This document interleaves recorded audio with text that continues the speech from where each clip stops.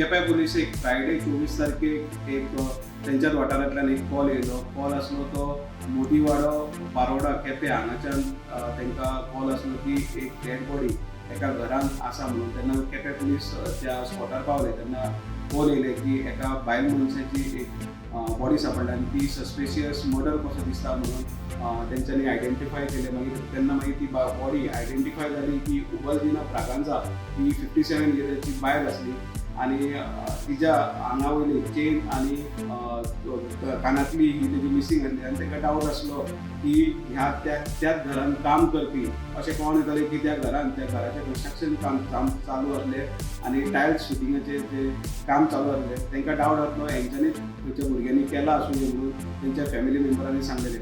मागीर केप्यां पुलिशेन आपली इन्वेस्टिगेशन स्टार्ट केली आनी आपली टीम मध्य प्रदेशात तांकां एक्यूज आसा असो कळोन येयलें आनी थंयच्यान तेंच्यांनी आज जो एक्यूजार हाडला आनी तेजी आयडेंटिफाय जाल्ली आसा ती राम कुमार हो रावत हो मध्य प्रदेशाचो रावपी आनी ताका आतां 14 दीस रिमांड घेतला आनी फुल्ली इन्वेस्टिगेशन आहा ती आतां केप्यां पुलीस करता.